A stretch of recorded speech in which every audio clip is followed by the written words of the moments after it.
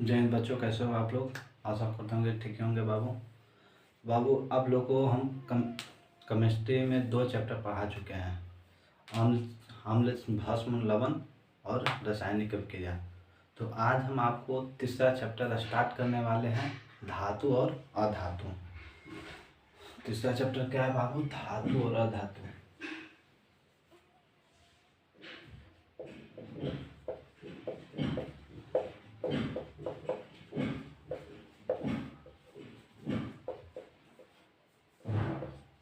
तो class 10th का तीसरा चैप्टर है बाबू, केमिस्ट्री का धातु है अधातु।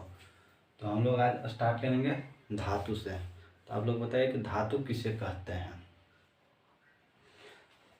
जल्दी जल्दी जो नहीं जुड़े से जुड़ जाइए। बोलिए, धातु किसे कहते हैं।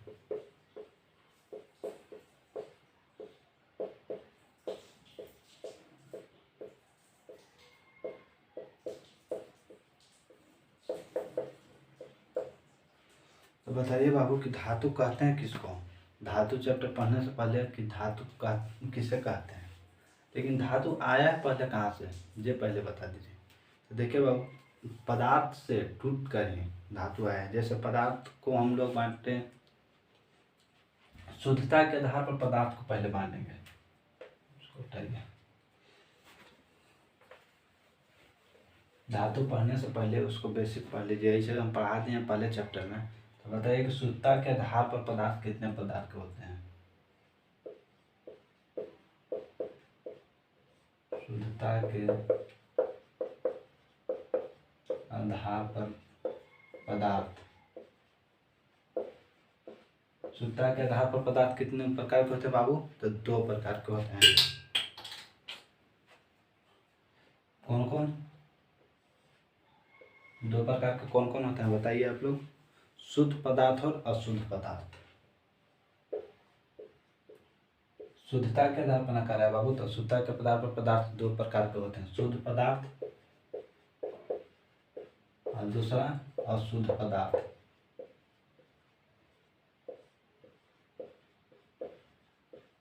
तो बाबू यहाँ हमको पदार्थ धातु पढ़ना है, धातु और अधातु पढ़ने में यहाँ अशुद्ध पदार्थ नहीं पढ़ना है। तो इसको हम लोग नहीं पढ़ेंगे शुद्ध पदार्थ। लेकिन शुद्ध पदार्थ को भी बांटा गया है। तो शुद्ध पदार्थ को कितने भाग में बांटा गया है? 2 भाग में। सब पढ़ाते हैं पहले चैप्टर में बाबू, बताइए जल्दी जल्दी। शुद्ध पदार्थ को कितने भाग में बांटते हैं? 2 भाग में। कौन कौन? तत्व और यौगिक। धातु और धातु पढ़ने के लिए यहाँ यौगिक भी नहीं पढ़ना है बाबू। क्या पढ़ेंगे? तत्व। तो बताइए कि तत्व को कितने भाग में बांटते हैं। जो तत्व होता है, आप लोग मैंडलिप देखे होंगे, मैंडलिप में धातु और धातु पढ़े तो वह सब क्या है? एक तत्व है। तो तत्व से ही टूटा है धातु और धातु निकला है। तत्व को ही बांटते हैं 3 भाग में, धातु, अधातु और उपधातु। तो बाबू आप लोग के चैप्टर में धातु और अधातु को पढ़ना है, उपधातु को नहीं पढ़ना है। किसको किसको पढ़ना है? धातु को और अधातु को। तो यहाँ भी हम लोग बाबू उपधातु नहीं देखेंगे, धातु और अधातु को देखेंगे।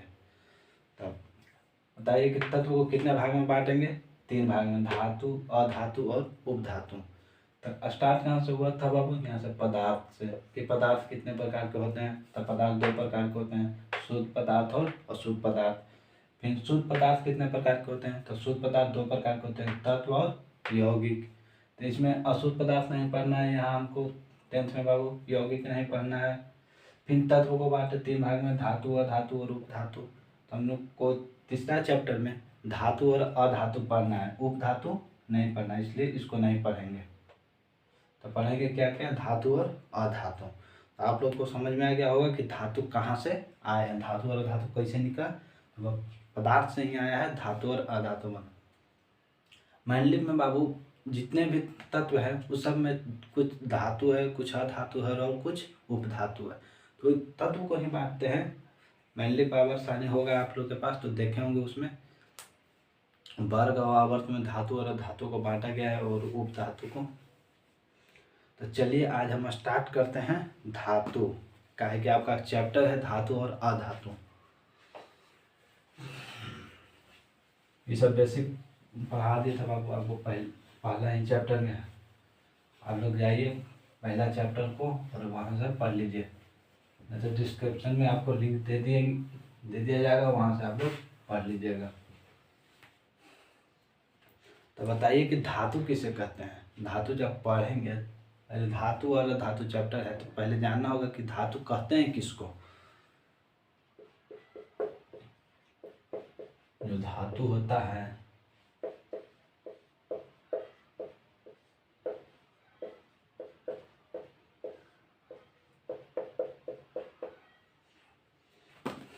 तो बताइए कि धातु कहते हैं किसको।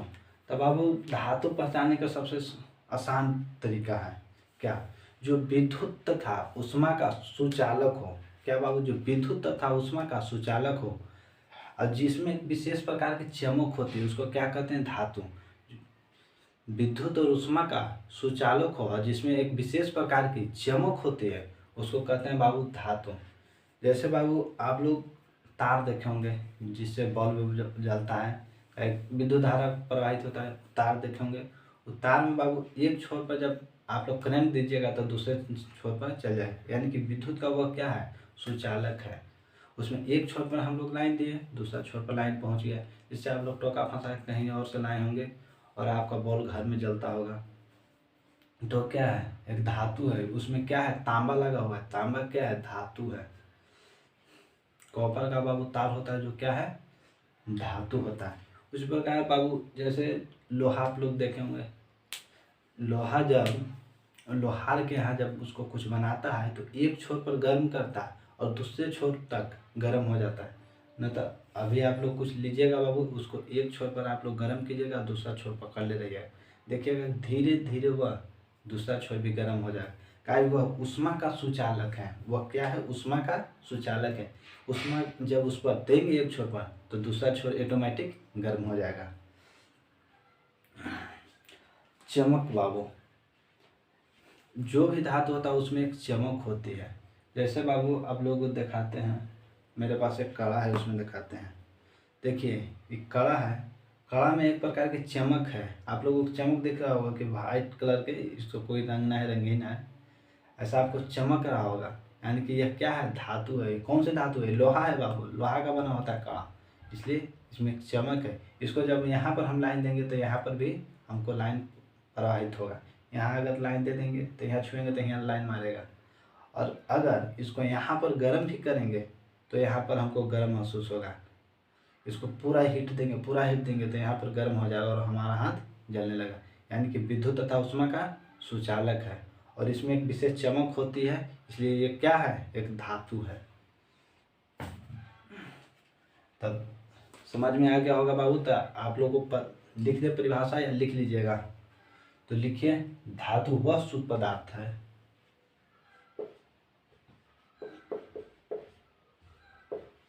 धातु वह शुद्ध पदार्थ है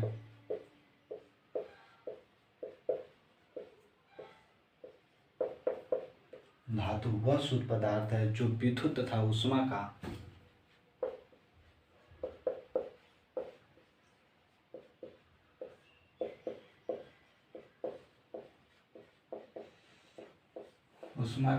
सुचालक होता है।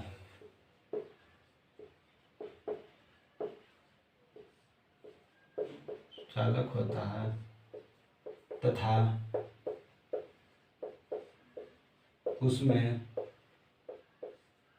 तथा उसमें एक विशेष प्रकार की क्या होती है, चमक होती है, तथा उसमें एक विशेष प्रकार की चमक होती है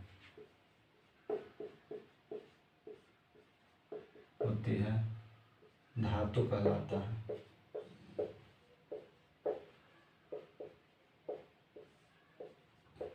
तो बाबू आशा करता हूँ कि धातु आप लोगों को समझ में आ गया होगा। जैसे बाबू आप लोगों को कहेंगे सोना, चांदी, एल्युमिनियम, सोना, चांदी, एल्यूमिनियम, तांबा, लोहा और बहुत सा है बाबू। ये सब क्या है बाबू? एक धातु है। इसमें एक विशेष प्रकार की चमक है। विद्युत तथा ऊष्मा का क्या है? सुचालक है। इसको क्या कहेंगे? धातु। तो आशा करते हैं बाबू यहाँ तक आप लोगों को समझ में आ गया होगा कि धातु कहते हैं किसको। देखिए स्क्रीनशॉट लीजिए, स्क्रीनशॉट लेना चाहते हैं तो।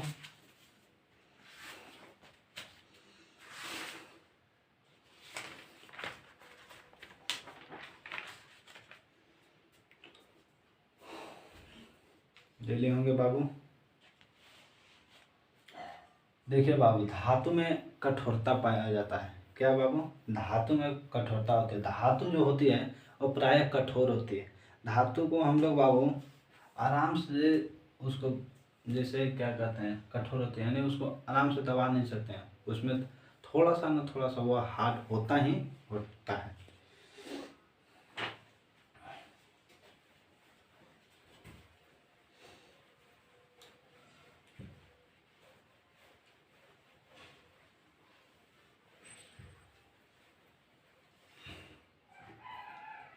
क्या बाबू? धातु, धातु बाबू, धातु प्राय कठोर होते हैं। क्या धातु क्या होती है? कठोर होती है। जैसे आप लोग लोहा देखे होंगे, लोहा को आप आराम से मोड़ नहीं सकते हैं, क्या कि वो हार्ड होती है या उसमें कठोरता पाया जाता है। जितना भी धातु है सब में क्या होता है? कठोरता पाया जाता है। जैसे बाबू लोहा ले लो, तांबा ले लो, एल्युमिनियम ले लो, कुछ भी ले लीजिएगा बाबू, उसमें कठोरता पाया ही जाता है। जिसमें कठोर जो पदार्थ कठोर है, यानी कि कड़ा हो, कड़ा, उसको हम आराम से चाप नहीं सकते हैं, उसको क्या कहते हैं? धातु। और बाबू अधातु वर्धनीय, नाम आप लोग सुने होंगे, अधातु वर्ध।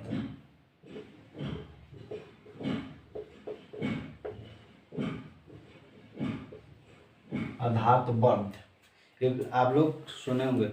धातुओं को बाबू पीट पीट कर चादर बनाया जाना ही क्या कहलाता है? अधातु वर्धनीय। धातुओं को पीट पीट कर चादर बनाया जाना ही क्या कहलाता है? अधातु वर्धनीय, अधातु वर्धनीय। जैसे बाबू आप लोग एक लोहा लीजिए, लोहा को गर्म करके इतना पीटिए कि लोहा के आकार को आप लोग बदल देते हैं। जैसे आप लोग लोहार के यहाँ जाते होंगे, आप एक पतला सा रड लेके जाते होंगे, उसको कहिए हमको ये चीज़ बना दीजिए, इस चीज़ बना दीजिए, जो भी बोलिएगा उसमें वो परिवर्तित कर देता है। कैसे? पीट पीट कर उसको। अच्छा, धातु क्या होता है? अधातु वर्धनीय होता है, क्योंकि उसको पीट पीट कर चादर बनाया जाता है, इसलिए वह क्या होता है? अधातु वर्ध होता है। जैसे सोना के पीट के बना सकते हैं, चांदी को बनाकर पीट सकते हैं। तन्यता, एक आप लोग नाम सुने होंगे, अधातु वर्धनीय जान गए। एक होता है पदार्थ तन्यता। तन्यता क्या बाबू? तन्यता, तन्यता,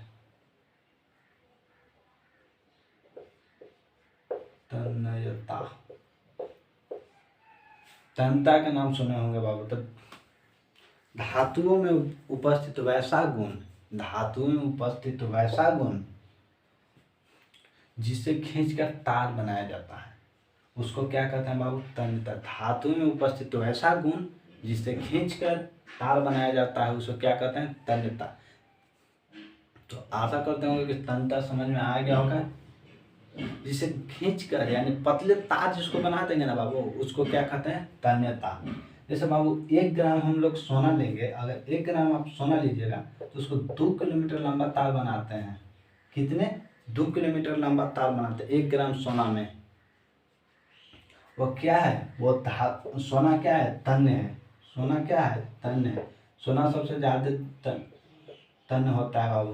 तन्यता के गुण सबसे ज्यादा किसमें पाया जाता है? सोना में, क्योंकि 1 ग्राम सोना से 2 किलोमीटर लंबा पतला तार बनाए जा सकते हैं। जैसे 1 ग्राम आप सोना लीजिए, उसको घींचे इतना पतला कर सकते हैं, वो 2 किलोमीटर लंबा तार बराबर हो जाएगा बाबू 1 ग्राम सोना में। तो सबसे ज्यादा तन्यता का गुण किसमें पाया जाता है? तो वह सोना में पाया जाता है। और तन्यता किसमें पाया जाता है? सबसे ज्यादा सोना में पाया जाता है बाबू।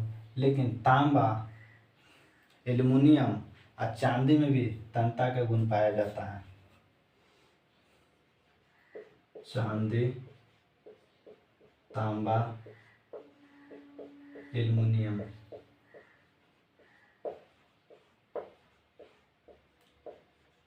इसमें भी तन्यता का गुण पाया जाता है बाबू, लेकिन इसमें कम पाया जाता है। लेकिन सोना में सबसे अधिक तन्यता का गुण पाया जाता है। तो बताइए कि आधारबद्ध किसे कहते हैं? जिससे पीट कर पतले चादर बनाया जा सकता है उसको क्या कहते हैं? आधारबद्ध। तन्यता, जिसे खींचकर पतले तार बनाया जाता है उसको क्या कहते हैं? तन्यता। जिसको पीट कर पत्थर बनाया जाए उसको क्या कहते हैं? आधारबद्ध। जिसे पीट कर पतले पत्थर बनाया जाए तो उसको क्या कहते हैं? आधारबद्ध। और जिसे खींचकर पतला तार बनाया जाता है उसको क्या कहते हैं?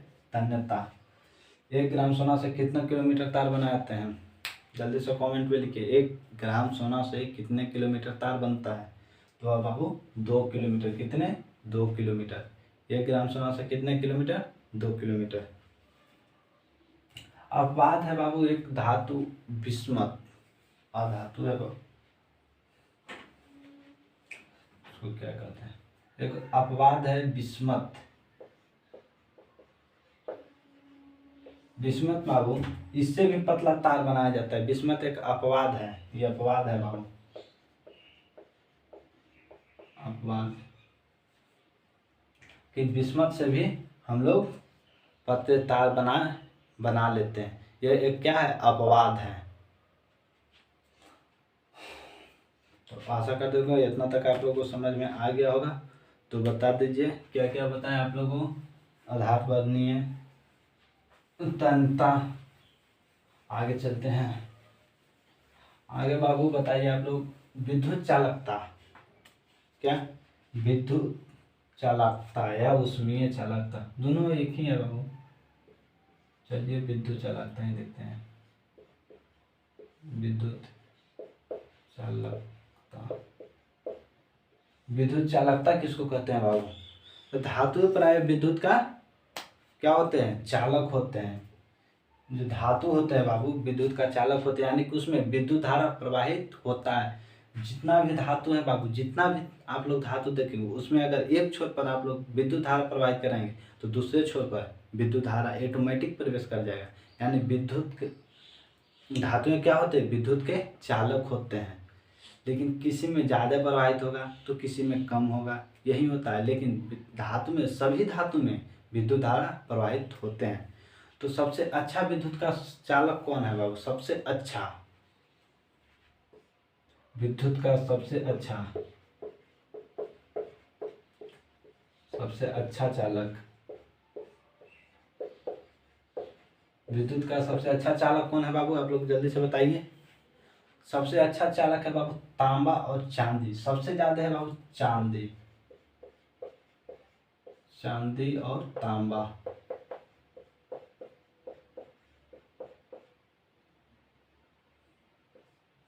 चांदी और क्या बाबू? तांबा। जैसे बाबू आप लोग घर में आप लोग वायर यूज करते होंगे ज्यादातर किस चीज का?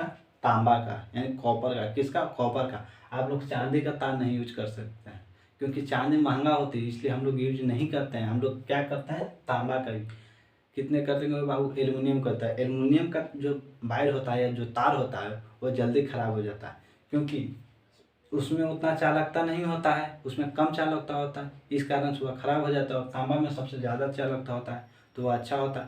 तांबा से भी ज़्यादा बाबू चांदी में होता है, लेकिन चांदी महंगा होने के कारण हम लोग चांदी का तार यूज नहीं करते हैं। अगर चांदी अगर सस्ता होता तो तांबा की जगह हम लोग चांदी का वायर घर में यूज करते हैं कि विद्युत धारा अच्छी तरह से प्रवेश हो जाए। तो आशा करती हूँ इतना समझ में आ गया होगा। तो सबसे अच्छा चालक कौन है बाबू? चांदी और तांबा। और सबसे खराब बाबू, यानी कि सबसे कम चालकता किसमें होती है? सबसे कम,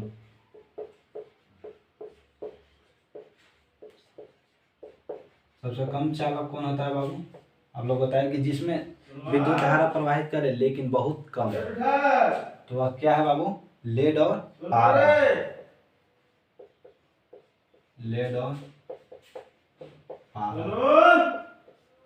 लेड यानी कि शीशा बाबू, जो शीशा होता है, अगर शीशा के एक छोर पर आप लोग विद्युत धारा प्रवाहित करेंगे तो दूसरे छोर पर आप लोगों को अनुभव नहीं होगा कि इसमें विद्युत धारा प्रवाहित हो रहा है, लेकिन बाबू प्रवाहित होता है, लेकिन आप लोगों को अनुभव नहीं होता, क्या कि इसमें विद्युत चालकता इतना ही कम है ना, इतना कम कि आप लोगों को अनुभव नहीं होगा। दूसरा होगा पारा। पारा में भी बाबू आप एक तरफ विद्युत धारा दीजिएगा तो दूसरी तरफ अनुभव नहीं होगा, क्योंकि उसमें चालक बहुत कम होता है, इससे आप लोगों को अनुभव नहीं होता है कि उसमें विद्युत धारा प्रवाहित हो रहा है। उसी प्रकार बाबू आप लोग को आगे आता है क्या, ऊष्मीय चालकता। ऊष्मीय चालकता, ऊष्मीय चालकता कुछ नहीं है बाबू, ऊष्मीय चालकता भी यह भी है कि विद्युत का जो उसमें चाहते हैं, जो ऊष्मा बहुत ज़्यादा है, सबसे ज़्यादा जो ऊष्मा तैयार करता है उसको क्या कहते हैं, विद्युत चालकता। तो सबसे उसको क्या कहते हैं, सबसे अच्छा क्या कहते हैं उसको, सबसे अच्छा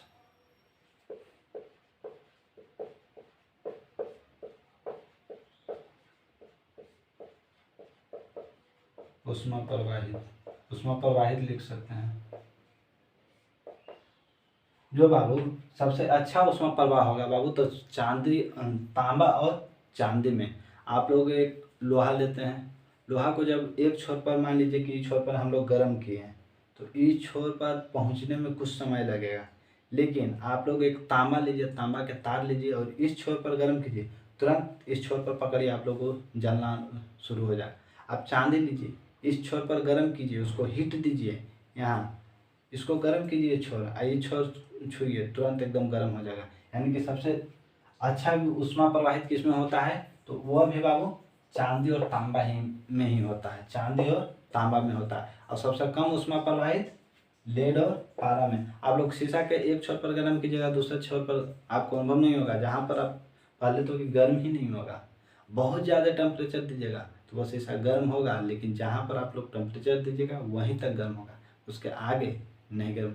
मान लीजिए कि यहाँ पर हम शीशा, मान लीजिए एक शीशा है, शीशा को हम लोग यहाँ पर बहुत ज़्यादा ऊष्मा दे रहे हैं, तो बस इतना ही दूर आप लोग को अनुभव होगा कि यह गर्म हो रहा है, लेकिन इस छोर पर आप लोग को नहीं होगा। आप यहाँ भी छू लीजिएगा तो कोई दिक्कत नहीं, यहाँ तक छूइएगा कोई दिक्कत नहीं, क्योंकि यहाँ पर गर्म किए हैं तो यहीं पर खाली ऊष्मा प्रवाहित होगा। तो सबसे कम किस में बाबू, लेड और पारा में। लेड यानी कि शीशा, लेड को कहते हैं बाबू शीशा, आप लोग घर में शीशा देखे होंगे, तो लेड को ही शीशा कहते हैं। शीशा और पारा में सबसे कम होता है। आशा करते होंगे कि आप लोगों को ये दोनों समझ में आ गया होगा। चलिए तो आगे और देखते हैं ध्वनि।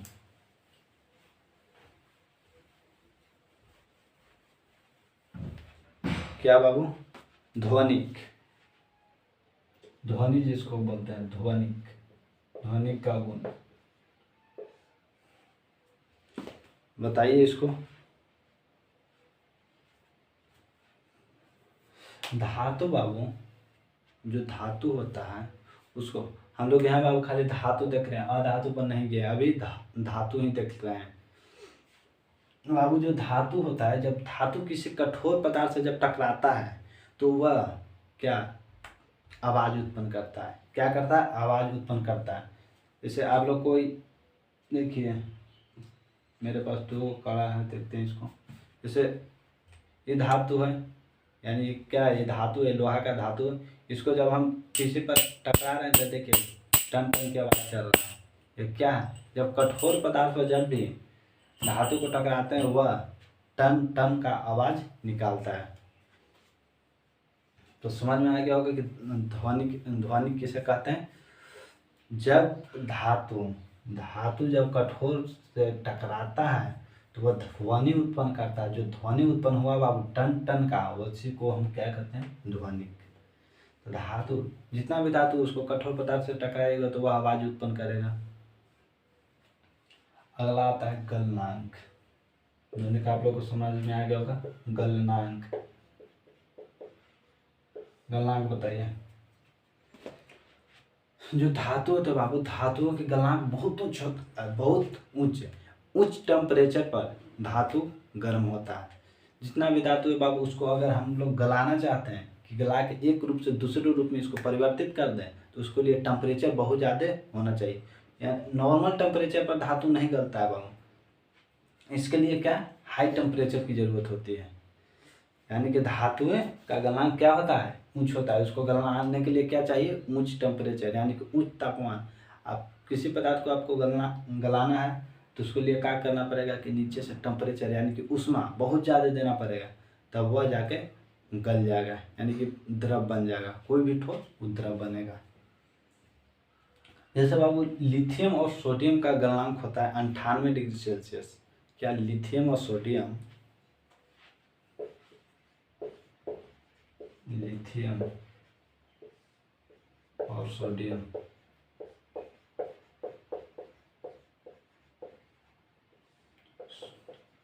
98 डिग्री सेल्सियस।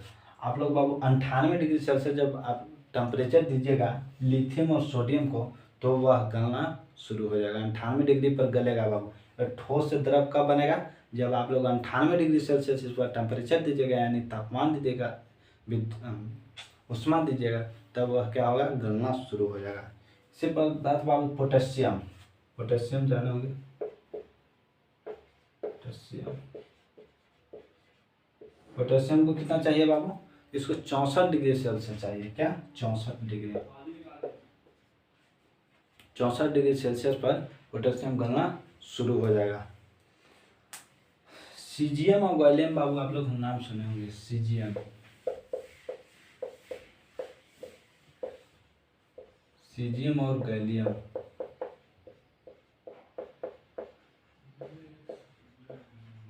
सीजियम और गैलियम दो ऐसे धातु हैं बाबू, जिसको हम लोग हथेली पर रखेंगे तो यह पिघलना स्टार्ट हो जाएगा, यानी कि ठोस से द्रव बनना शुरू हो जाएगा। सीजियम और गैलियम दो ऐसे पदार्थ हैं जिसको हथेली पर रखने पर ही यह पिघल जाते हैं।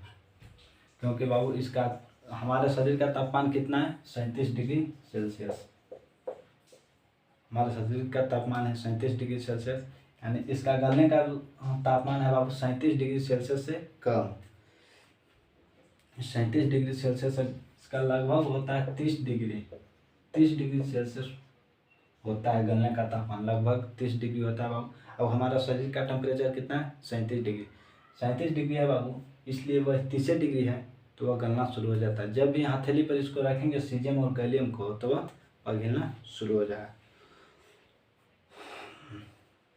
तो बताइए बाबू आप लोग एक बार जल्दी जल्दी बता दीजिए, कठोर धातु कठोर होती है या नहीं। आप लोग बोलिएगा बाबू कि धातु कठोर होती है। धातु अधातुबद्ध किसे कहते हैं, बताइए, अधातुबद्ध किसे कहते हैं।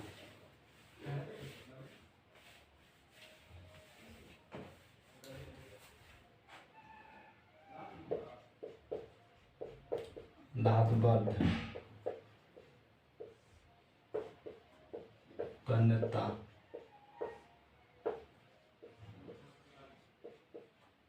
विद्युत चालकता, ऊष्मीय चालकता, ध्वनिक। बताइए कि अधातुबद्ध किसे कहते हैं। तो बाबू अधातुबद्ध किसको कहते हैं, आप लोग बताइए जल्दी से, आप पढ़ा दिए हैं। अधातुबद्ध किसे कहते हैं, जिसे पीट कर पतले चादर बनाते हैं उसको क्या कहते हैं, अधातुबद्ध। जिसे पीट कर पतले चादर बनाते हैं उसको क्या कहते हैं, अधातुबद्ध। तन्यता, जिसे खींच कर पतले लंबे तार बनाया जाता है उसको क्या कहते हैं, तन्यता। सबसे ज्यादा तन्य कौन सा तत्व होता है बाबू, कौन सा धातु होता है, तो वह सोना होता है। 1 ग्राम सोना में कितने किलोमीटर तार बनाते हैं, जल्दी बताइए। 1 ग्राम सोना में कितने किलोमीटर, तो 2 किलोमीटर तार बनाते हैं। विद्युत चालकता, सबसे अच्छा चालक कौन है बाबू, सबसे अच्छा चांदी। सबसे अच्छा चांदी, सबसे कम शीशा और पारा। ऊष्मीय चालकता सबसे ज्यादा कौन, चांदी। सबसे कम शीशा और पारा। उसमें चालकता सबसे ज़्यादा कौन? चांदी। सबसे कम शीशा और पारा। ध्वनिक, ध्वनिक उसको कहते हैं जब कोई धातु जब कठोर पदार्थ से टकराता है तो क्या करता है? ध्वनि उत्पन्न करता है, टन टन। टन टन का जब आवाज उत्पन्न करता है तो उसको क्या कहते हैं? ध्वनिक।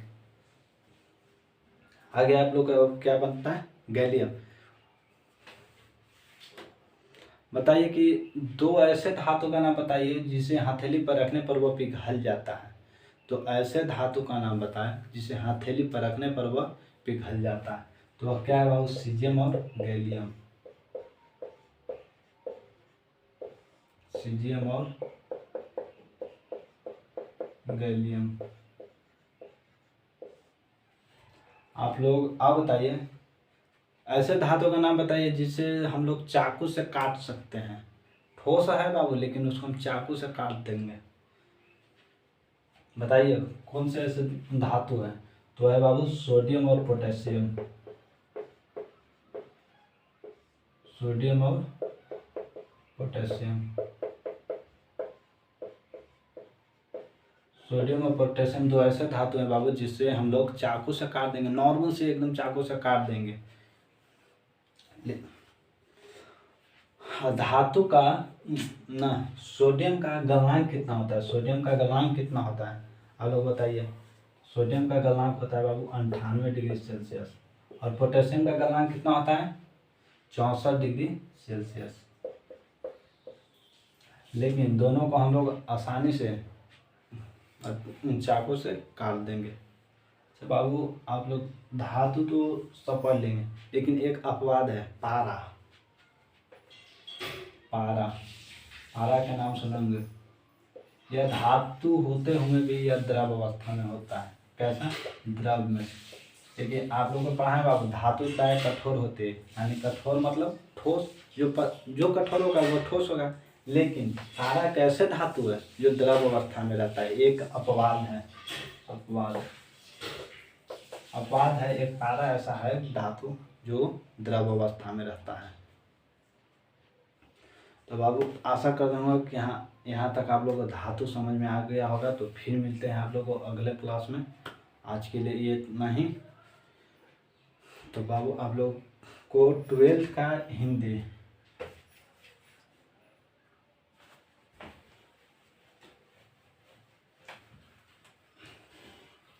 कमरे के ताप पर द्रव अवस्था में कौन सा रहता है? तो पारा। धातु से किसको काटते हैं? सोडियम और पोटेशियम।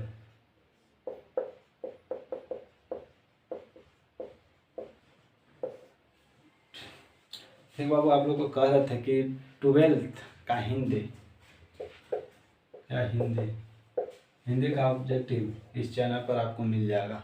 12th का। ठीक है, तो मिलेंगे फिर अगले वीडियो में। आज के लिए इतना ही।